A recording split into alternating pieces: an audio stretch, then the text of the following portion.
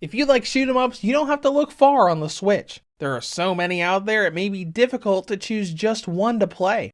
But a franchise that many thought would never be rebooted or brought back is the old series of cute 'em ups known as Cotton. After nearly a 20-year break, the Switch now has access to all but 2 games from that entire series.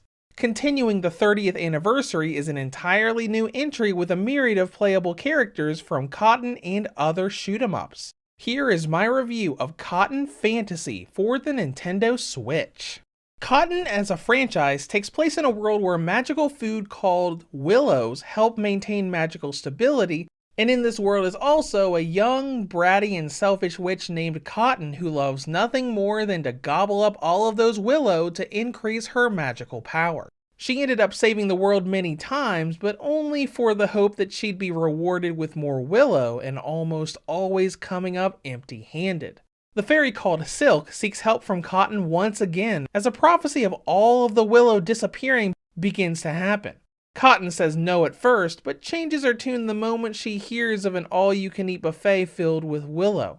Now overall, the story here is adorable. Every scene between levels is hilarious, from the animation of Cotton running into a wall to her bratty outbursts when she doesn't get what she wants. The overall plot of the franchise is pretty simplified in the opening scenes as well, making it easy to jump into the series with this new game rather than going back and replaying all of the others. When it comes to gameplay, this is a horizontal cute 'em up with branching paths to the campaign. As you trek through it, you'll be navigating side-scrolling levels, firing off hundreds of magical spell projectiles towards monsters and large bosses that hide that wonderful willow candy. Now starting things off, you have 2 game modes you can trek through, Story Mode and Training. Story lets you tackle the game's campaign, choosing from 6 available characters, while Training Mode is more of a fun practice mode, letting you go into any unlocked level, modifying different values like difficulty and upgrades. The majority of the game is the story. You can choose from 6 different characters, with a 7th unlocking once you complete the game for the first time. You have Cotton and Appley returning from previous Cotton entries, but we have a bunch of guest characters with mechanics from their own franchise, like Yumehara Kawase from the Fish platformers, as well as parody characters from the Sanvain and Cyvariar shoot 'em ups. Unfortunately, the playable version of Silk that was an Amazon pre-order DLC for the Japanese version is nowhere to be found. It's unknown whether she will be added via DLC in the West or will remain Japanese exclusive. Despite all these different characters, it's worth noting that the story will always show Cotton's perspective. The character you choose will only be reflected during gameplay, and we'll talk more about them later on. When you go into the game, you're given a tutorial on your character's moveset. Every character has 3 different types of attack. A shot with a manual press for shooting projectiles, an auto button if you just want to hold down A to never stop firing, and finally the special attack. These are gained from items or have set charges, basically being big attacks like setting off a bomb around you.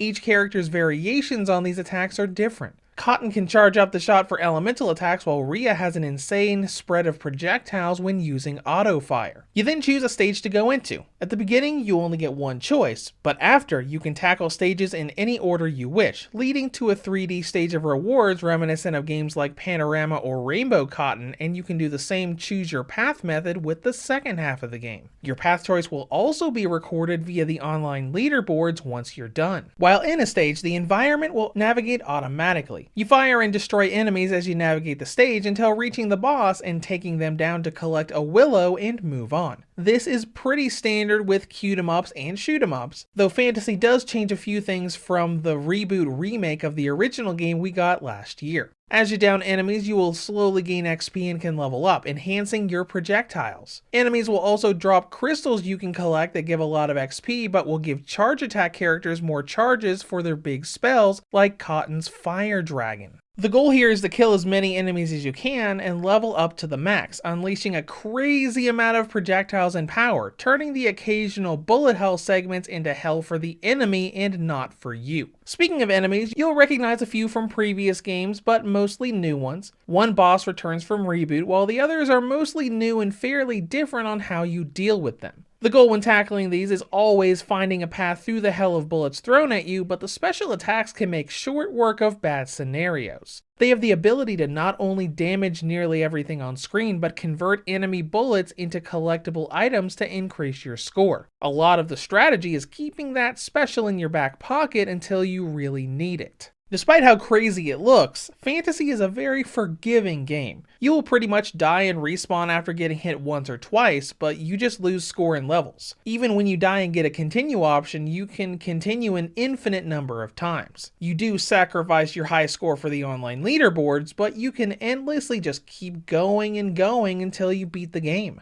Now, of course, if you like being tortured by bullets, the extra difficulty setting is there to make enemies explode in circles of new bullets that'll bring challenge to even the hardcore bullet hell fans. This comes together for a decent amount of content and length, at least for the type of game that it is. One trek through the campaign will take you roughly 40 minutes to an hour. That's right on par with the length of the other games, being with Reboot for one of the longer entries of the series. What gives this hop and a skip replay value are the characters. Each character approaches the game in a different way. Rhea has different mechanics and makes you feel like you're playing the Savaria games, with the really big spread of the tri-shot and the inclusion of that game's buzz mechanic giving you experience for buzzing and getting near misses on projectiles. The others are just as interesting, from Kawase's lure mechanic to Fine's survival timer. Past the characters is the fact that you unlock more stages as you clear the game with other characters as well. Each playable has an unlockable stage unique to them, and clearing the game once will unlock it.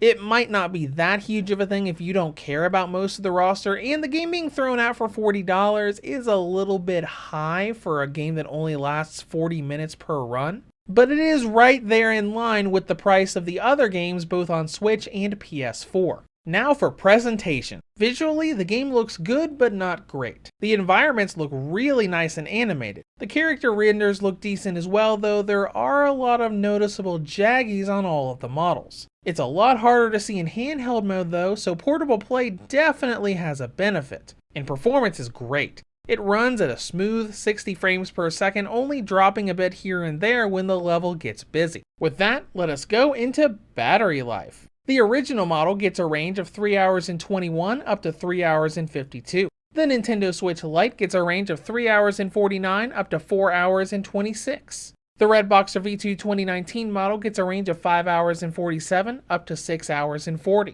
And the OLED model gets a range of 6 hours and 13 up to 7 hours and 26. In conclusion, Cotton Fantasy is an adorable and fun cute-em-up whether you're a series fan or newcomer. Now on the downside, there are some jaggy blemishes with the presentation, and the asking price of $40 might be a bit high if you're not planning to do a lot of replays. But if you enjoy this type of game, it's optimized well and is a hilarious little trek back into Fairyland. Reviews to Go rates Cotton Fantasy for the Nintendo Switch an 8 out of 10. If you have any comments or questions, feel free to leave them below. Thank you for watching and have a great day.